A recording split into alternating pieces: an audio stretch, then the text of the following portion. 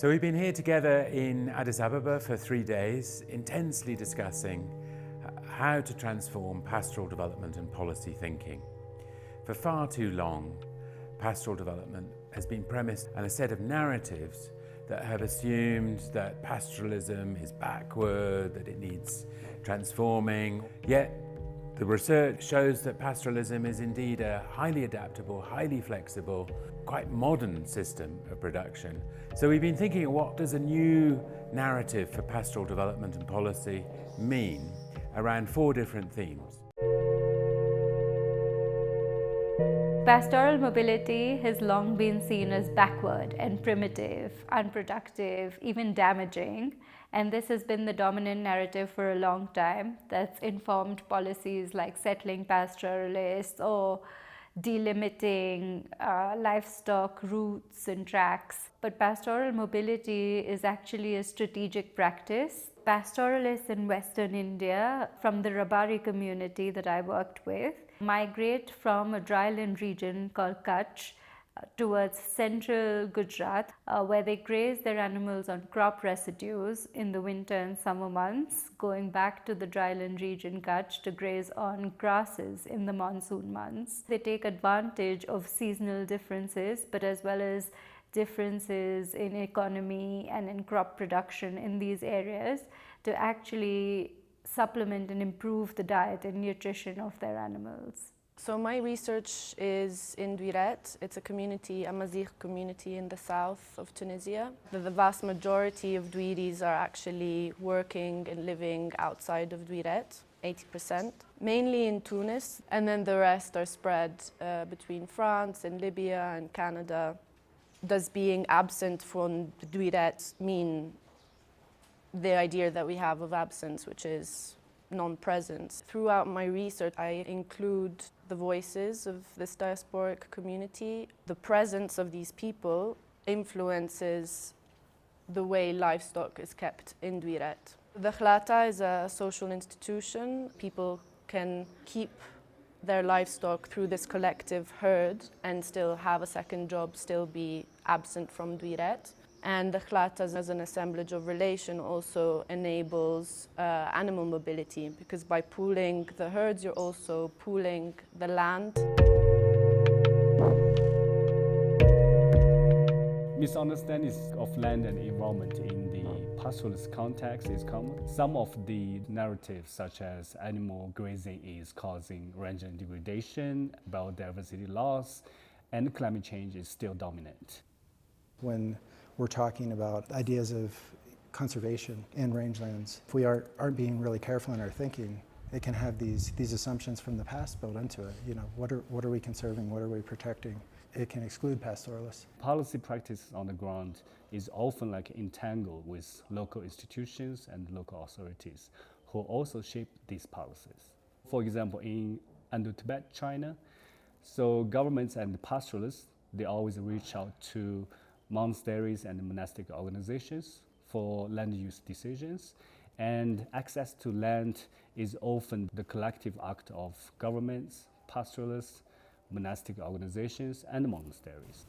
Even when we talk about commons in this sort of alternative to state or private land, there's really a need for a kind of rethinking of this category of being with land, the way that pastoralists exist and use landscapes and move around landscapes, access different resources, have social relations that are really tied to the land that is not represented by any tenure categories. States should be thinking about it as in terms of a production system.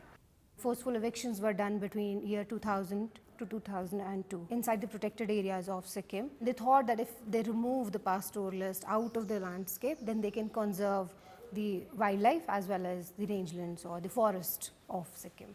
So with my research, I found out that after 20 years of pastoral evictions, in terms of biodiversity, so in the places where grazing has stopped, the entire area is just dominated by one kind of fern.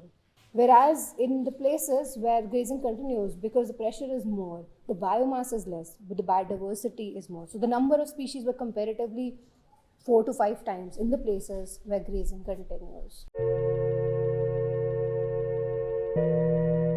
The dominant narratives around markets are generally revolving around demand and supply and lack of information to sell in the markets or lack of access to markets. From my research and from PASTRES research in general, it emerges that actually this is not the whole story.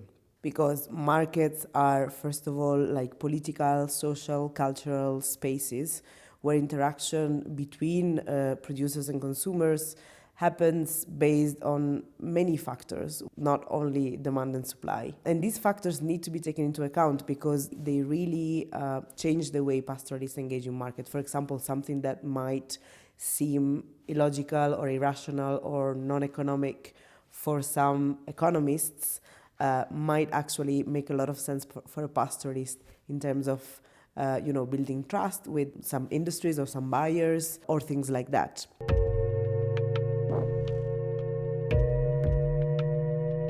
We know that, generally speaking, aid often fail to provide support to the most poor and vulnerable, and this is particularly the case in a pastoral context. Why is that? It provides support based on precise targeting, who are the so-called deserving poor, centralized system which are not very flexible, are quite actually static, and therefore are confronted with a reality that is extremely different, a reality that is based on high level of variability, mobility. So one of these latest strategies they put in place is index-based livestock insurance. The way they conceptualize drought in itself and uncertainty beyond that doesn't fully capture what it is in the pastoral system. First, risk of drought is beyond a singular event.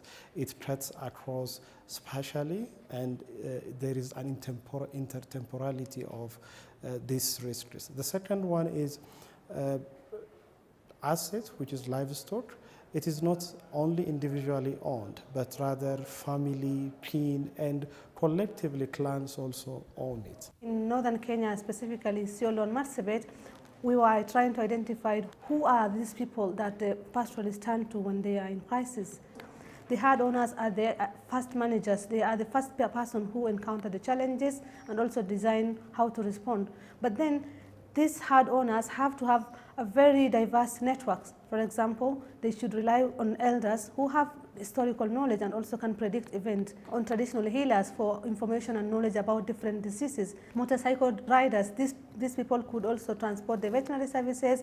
They also help in scouting for rangeland. This herd owner does not work in vacuum. He works with different networks, and this network is what ensures resilience, at least at the local level. For programs and social protection programs specifically to be successful in pastoral areas, all this network has to be evaluated, assessed, and also supported. Across all these four themes, how does policy have to change? How does practice have to change? Why is it that other livelihood systems are able to be accommodated in national policies and pastoralism always suffers with the policies? Am I too resilient in a situation that in any other field would need somehow a revolution?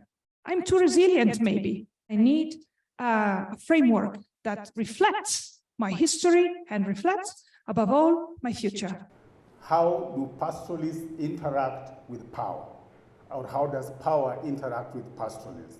What we're trying to do in the new narratives is also to bridge the gap between pastoral communities and local government authorities who are making policy, to make them better informed, because if they don't have the data, they don't have the information, then actually how are they going to make good policy regarding pastoralism? There is a need to integrate the pastoral communities in electoral politics, in democratic systems. These communities have to be central in our focus of communication, policy, research and development as well. The new narrative would shift to protecting the nature for sustainable use of nature by human and for human. Let the states try to, not only the states, external actors try to think like pastoralists and then devise their strategies in a way that it is more practical and impactful to the pastoral community.